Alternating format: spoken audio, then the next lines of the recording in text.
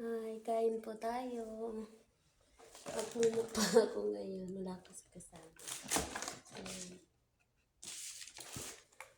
Ay, nako guys. Tapos ito. Ayan. Kain po tayo.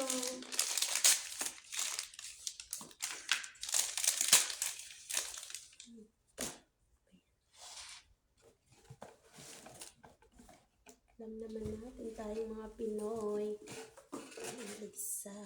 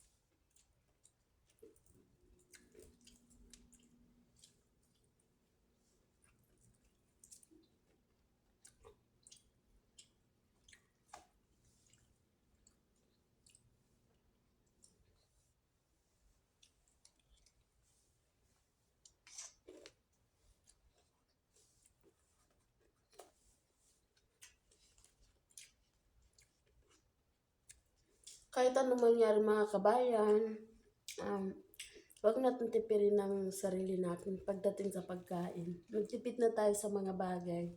Pero sa pagkain, huwag tayo magtitipid. Kasi nagtatrabaho tayo. Lalo na dito sa Saudi, mahirap. Ako minsan, first time ko lang mag-order.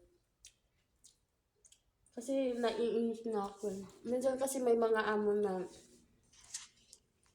pag mag-order sila, wala yung katulong nila. Hindi nila binibigyan. Ganun. Kaya mahirap. Tulad ko, minsan lang. Minsan nagbigay. Pero hindi ka naman mabubusog. Yung tipid lang ba? Ganun. Kaya, minsan, mag-order din tayo ng para sa atin. Para,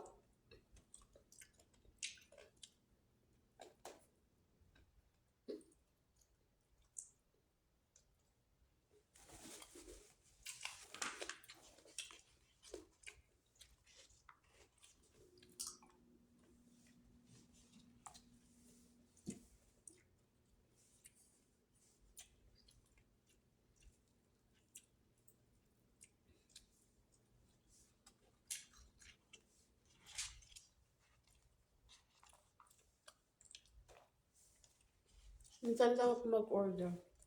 First time ko mag-order ng pagkain. Try ko lang kasi. Kasi namimiss ko nang kumain ng mga ganito. Tapos yung kanin na puti.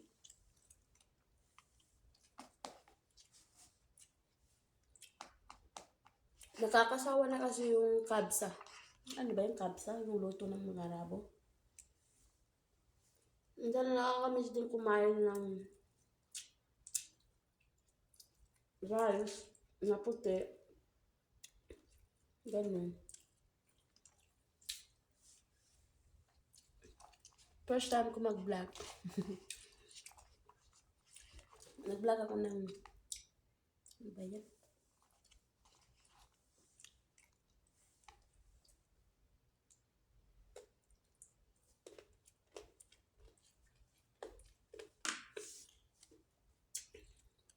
Namimiss ko kasi yung chicken. Nakakakain naman ako ng chicken dito, pero hindi lang ganito.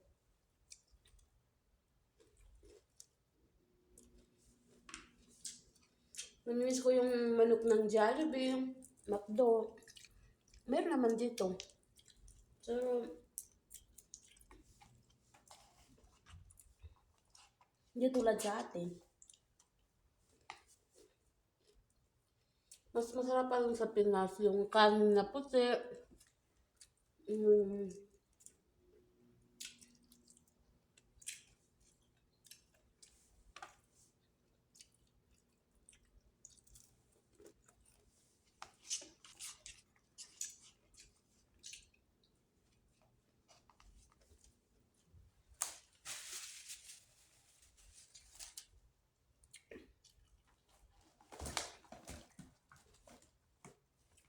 mas masarap kasi yung kanin sa Pinas. Yung puti na kanin natin. Hindi tulad dito.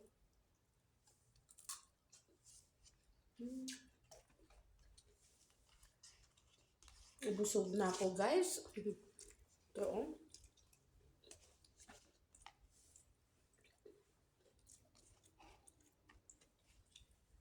Nakakabusog.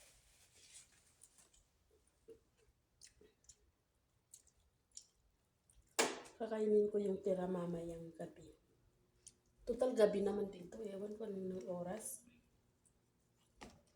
Magsi-6 pa lang yata.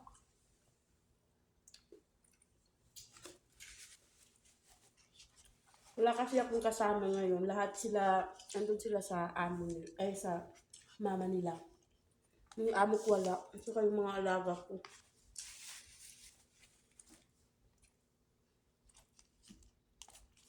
Kaya umorder na lang ako kasi walang makain dun sa ref. Kasi yan, nakakakain yan sila. Hindi lang pakialam sa patulong nila. Kaya, minsan, tayo, kumbaga, i-treat din natin yung sarili natin. Bili tayo ng gusto natin kainin. Kasi nagtatrabaho naman tayo.